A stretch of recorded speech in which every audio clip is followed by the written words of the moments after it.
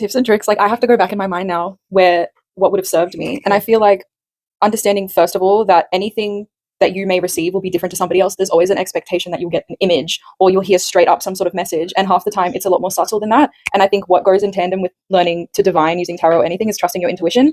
And so you might get senses about things. Sometimes you will see things or you'll know things. And it's just a thing of trial and error. You have to kind of test a theory that you have and see if it comes true and keep doing that kind of collecting field research.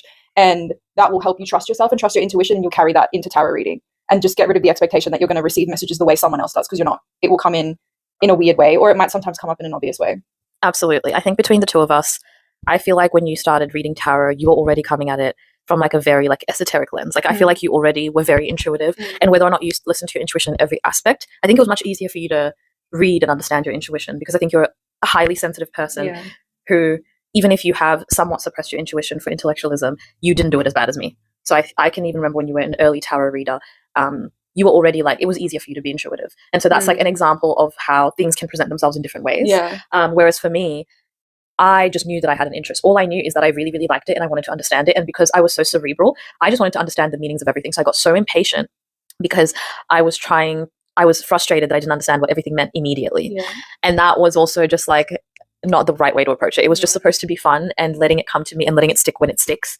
And I think I wasted so much time worrying about how long it was taking me, and the fact that I was using a guidebook when really it actually still served me. Were my early readings still good? Even though I would check. They were really, really accurate. And I would always come back and tell her, hey, that thing you said to me 3 days ago, 2 weeks ago, a whole year ago actually materialized today. Because it didn't matter. That's another thing, is don't be derailed if you have to look at the guidebook. Because even Tando mentioned, for me, when I was an early tarot reader, I did use the guidebook, but messages and symbols came to me as I was reading. And all I needed to read was a couple sentences and words stuck out. And then I just knew what direction to kind of go. And the more you do, it sounds like you already need to have something, a level of skill to do that. And you don't. It's like playing as a kid. You just sort of pretend your way into it until you go, actually, there's a sign there. That's a sign. Let's test this. And then you grow that muscle and you're able to go from that. So read a guidebook, research the symbols that seem to pop out in the cards for you as well, because that probably will tell you a lot about yourself. And as you follow that, you can develop your intuition more and you'll recall really quickly in a moment.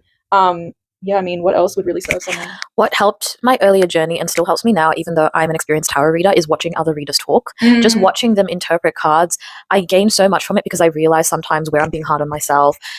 Sometimes I overthink things. I can see where my logic brain like overdoes things when I watch someone else. Like when we were in our early 20s, we one day sat down and we're like, oh, let's make our own tarot cards. It'll be really fun. And we had we had a card each that we were making.